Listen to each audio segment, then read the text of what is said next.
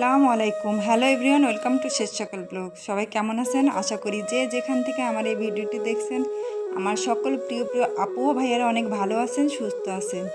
আপনাদের দোয়া ও আল্লাহর অশেষ রহমতে আমিও ভালো আছি, আলহামদুলিল্লাহ। তো দীর্ঘ প্রায় 1 মাস পর আমি আপনাদের মাঝে ফেরত আসলাম। তো এর মধ্যে আমি জানি অনেকেই আমাকে ভুলে গেছেন। আবার আমার অনেক অনেক প্রিয় আপু ভাইয়ারা আছে যারা কিন্তু আমাকে ভুলে যাননি, তারা ঠিকই আমার খোঁজ খবর নিয়েছেন। আমি কেমন আছি, ভিডিও দিচ্ছি না কেন, কোথায় আছি, তো আমার কি বলবো, অনেক অনেক ভালো লেগেছে। তো সে সকল আপু ভাইয়াদের জানাই আমার অনেক অনেক ভালোবাসা আর দোয়া। আর আমি এতদিন কেন অনলাইনে আসতে পারি না, তার পেছনে আসলে অনেকগুলো সমস্যা আছে, তো আমি আপনাদের সাথে আস্তে আস্তে শেয়ার করব। আর এই ভিডিওটি হচ্ছে গত মাসের মানে 17 জুলাইয়ের ভিডিও। আর তার আগে হয়তো বা আমি একটা ভিডিও দিয়েছিলাম লাস্ট, তারপরে আমি কোনো ভিডিও দিতে পারি না আর আপনাদের কাউকে আমি সাপোর্ট করতে পারি না, এই জন্য আমি আন্তরিকভাবে দুঃখিত। তো 16 তারিখ রাতে বা আমাদের বাসা থেকে ফোন দেয়, মানে আমার বাপের বাড়ি থেকে, যে হঠাৎ করে পাত্রী দেখতে গিয়ে আমার ভাইয়ের জন্য মেয়ে পছন্দ হয়ে গেছে, তো হয়তো বা 17 তারিখেই বিয়ে হয়ে যাবে। তো এটা নিয়ে আপনার ভাইয়াকে বলে যাইতে, তো আপনার ভাই একবার বলতেছিল যাবে, একবার বলতেছিল যাবে না। তো যাই হোক, পরের দিন মানে 17 তারিখে বেলা 2টা-2টার দিকে সিদ্ধান্ত হয় যে আমরা যাব। তো হঠাৎ করে কোনো প্রকার টিকিট কাটা হয়নি বাসের বা ট্রেনের। আর আমাদের এখান থেকে তো মানে জামালপুর থেকে তো ডাইরেক্ট কোনো ট্রেন নেই চুয়াডাঙ্গায় যাবার জন্য। তো কি আর করার, লাস্টে সিদ্ধান্ত হয় যে আমরা এখান থেকে এই যে সিএনজিতে করে যাব টাঙ্গাইল পর্যন্ত, কারণ টাঙ্গাইল থেকে পরে ট্রেন পাওয়া যাবে। তো আমরা সিএনজি রিজার্ভ করে নিয়েছি আর এখন টাঙ্গাইলের উদ্দেশ্যে আমরা রওনা হয়ে গেলাম, কারণ যেতে অনেক অনেক সময় লাগবে। রাত 9:30টায় যে ট্রেনটা আসে সেই ট্রেনটার উদ্দেশ্যে আমরা মানে রওনা হয়ে গেলাম। তো ভিউয়ার্স, এই যে আমাদের সোনাইকেও কিন্তু আমরা সাথে করে নিয়ে নিয়েছি, কারণ ওকে কার কাছে রেখে যাব একা একা বাসার ভিতর, এই যে রেখে যাব, তার চেয়ে সাথে করে নিয়ে যাই। আর এত কি বলবো, ভদ্র মেয়ে, দেখুন কিভাবে বসে আছে চুপচাপ, কোনো সাড়া নেই, শব্দ নেই। তো আপনার ভাইয়া এই যে ল্যাপটপের ব্যাগে সামনে মানে নিয়ে নিছে ওরে।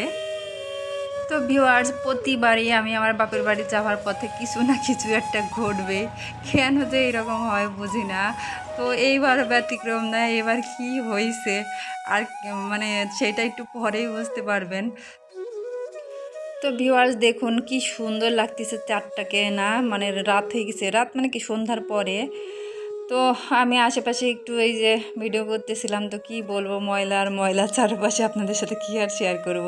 তো ওই যে আমাদের সিএনজি চালক উনি হাসে ওয়েট করতেছে ওনার ভাগ্নি জামাইয়ের জন্য, মানে উনি সাথে করে ওনার ভাগ্নি জামাইকে নিয়ে যাবে, কারণ ফিরতে ফিরতে অনেক রাত হবে টাঙ্গাইল থেকে, এই জন্য।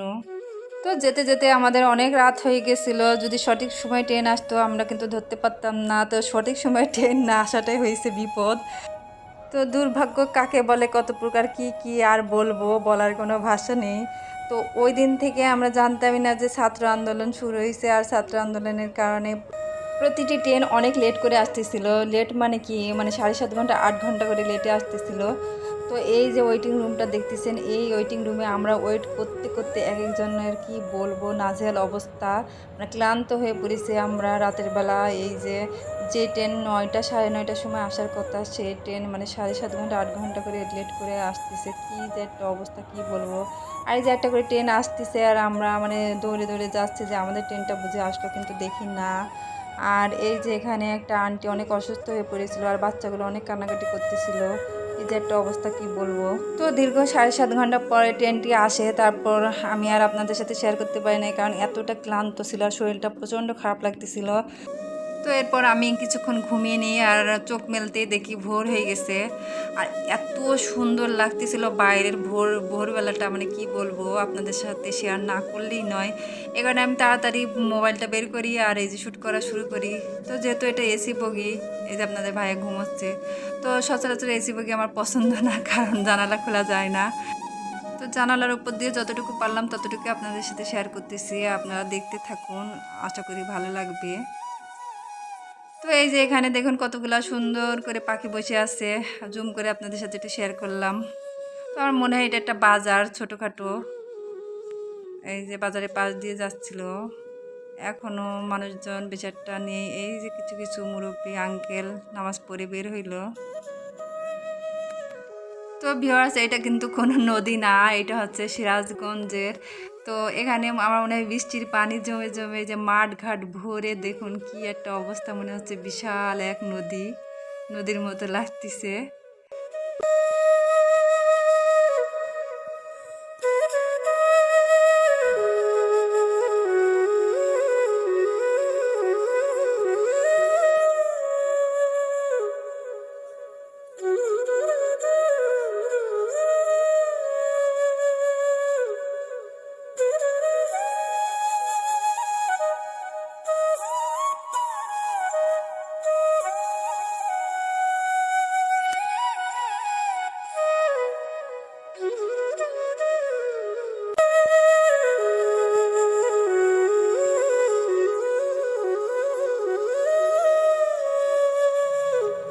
তো ভিউয়ার্স, অবশেষে আমরা এই যে চুয়াডাঙ্গায় এসে পৌঁছাইছি। তো ট্রেন দর্শনা পর্যন্ত যায় নাই, চুয়াডাঙ্গায় নামাই দিছে।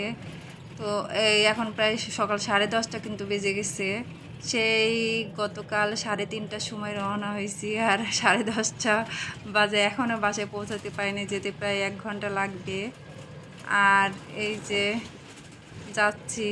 তো আমার প্রিয় আপু ভাইয়ারা যে এই পর্যন্ত ছিলেন এত কষ্ট করে, তো আপনাদের প্রতি রইল অনেক অনেক দোয়া ভালোবাসা। আর যারা লাইক দিতে ভুলে গেছেন, প্লিজ লাইক দিয়ে দিন। আর যারা আজকে আমার চ্যানেলে নতুন ভিজিট করতেছেন, প্লিজ আমার চ্যানেলটি সাবস্ক্রাইব করে দিন। আমার চ্যানেলের বেহাল অবস্থা হয়ে গেছে, কতটা দিন ধরে আমি মানে কোনো কিছু করতে পারিনি। আর এখন থেকে আশা করি আপনাদেরকে আমি আবার আগের মতো সাপোর্ট করব। তো সকলে ভালো থাকবেন, সুস্থ থাকবেন। আল্লাহ হাফেজ, আসসালামু আলাইকুম।